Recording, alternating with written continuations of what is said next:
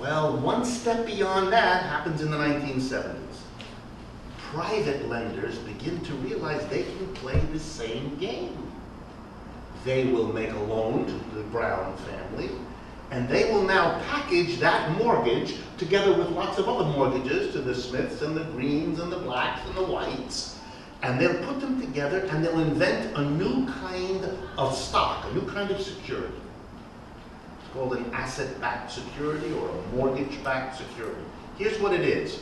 You buy this thing on the stock market like you buy a share of General Motors or a share of General Electric. But this is a different kind of security. You're not buying a company. You're not investing in somebody who makes anything. When you buy this thing, you're getting a piece of the monthly repayment of all the people in that package, of all the mortgages that have been grouped together.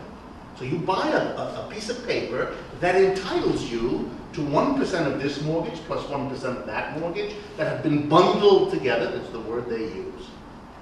And this was a genius stroke because it meant that American banks, here we go now, could lend to Americans to buy a house. They didn't worry about a collateral because they weren't going to keep that mortgage for more than a day. They bundled it together, made a security, and sold it off to investors around the world. And in a peculiar way, in the United States, and in the sweep of history, try to keep a sense of this because it's going to come back to haunt all of us. All over the world, money that was collected by corporations, wealthy people, even governments sometimes, was funneled to the United States to purchase these mortgage-backed securities. One of the big investors was the People's Republic of China, which meant that a working-class family in Alabama was able to move into a modest little house because communists lent them the money, which it was important never to tell them, because it would have upset them a lot. And it was true for many Americans. The world poured its money in. Why? Because the rate of return here was very high. We charge a lot for those mortgages. And investors around the world said, wait a minute, not only are these mortgages from Americans who are, as we all know, among the richest people in the world, but they're kind of backed by the government, which is right in there making all this happen. So you kind of got the backing of the United States government. Well, now you get a good rate of return in a safe country in the world for capital investments. Who could resist? And what does that mean? It means that all over the world, the discretionary money, and I'm talking about money from Africa and Asia and Latin America, taken by institutions there, wealthy people there, companies there, they invested in those very secure, well-paying assets in the United States. What does that mean? It means that the housing boom in the United States was financed by the savings of the rest of the world. What does that mean? It means that money saved in Togo or Paraguay or Thailand, instead of being used to build up the economy there, was shipped to allow another suburban development here. That's going to be very hard to justify to the next 10 generations of people in the poorer parts of the world. The United States became a vacuum cleaner, siphoning the savings around the world, bringing them here. You know what that is? That's called the reverse of foreign aid. That's what it is. Instead of money moving from the rich to help the poor, we were siphoning the money from all over the world and using it to build houses here.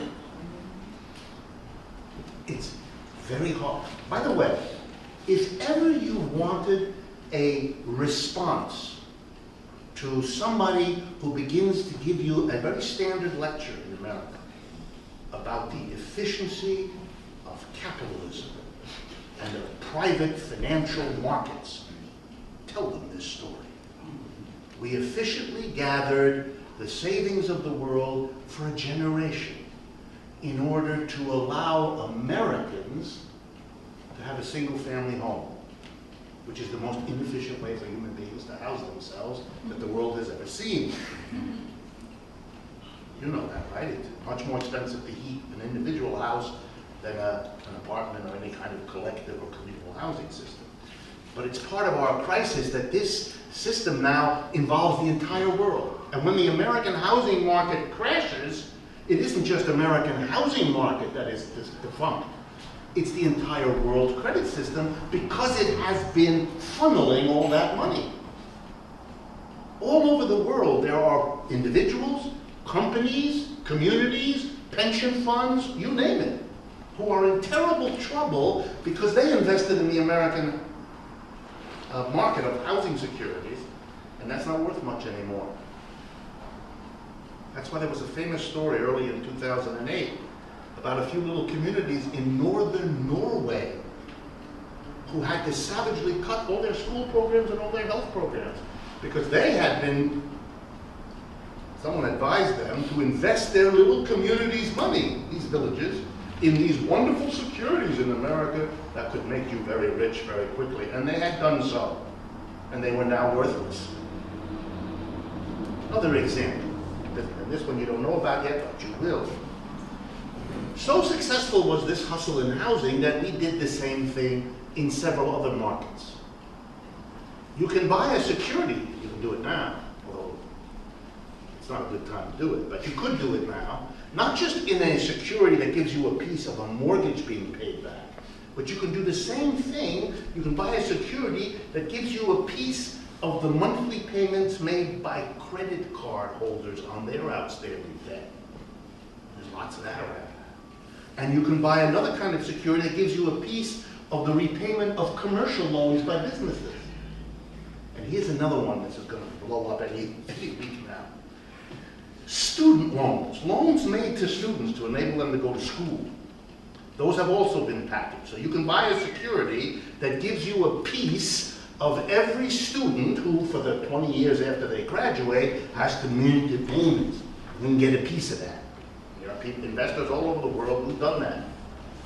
The rate of default by American students is now at a historic all-time high. Huge numbers of American students cannot repay the loans they took out to go to school, which means that the people who invested in those securities, counting on the students to repay, are facing a situation where the security is worthless because the people can't repay. That's the same thing that happened when people couldn't pay their mortgages anymore. Remember what you heard about the subprime mortgage? The people who couldn't pay back, so these securities became worthless. That's about to happen. It is so terrifying to the agency in Washington called Sallie Mae, the agency that does this, manages all this, that they have been avoiding to announce to the public what a disaster this is by borrowing money in the private markets, short-term money, to keep making student loans. Why? Because the American university system has become dependent on these loans.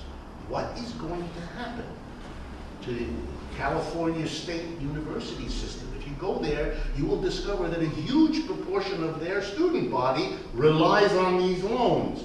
If those loans are not made because the defaults are too high, they won't have the money, they'll drop out of the school, and public higher education in the United States will go the way of many other public services that once were taken for granted, but will now be in very deep doo-doo. These are signs, all of these kinds of crises, all of these, and I can tell you stories all night, of an economic crisis that is just beginning, in a sense, to unfold its many dimensions. We are not at the end or anything like this. Let me turn now to some specific issues to deal with, to make sure they're clear in your mind. Over the last 6 or 7 months, there has been much talk in the United States about a recovery. You can see it almost every day in the newspaper somewhere, a recovery. The date of this recovery beginning is March 2009. In other words, that is the time when this recovery, which we're going to talk about for a few minutes, was said to have begun.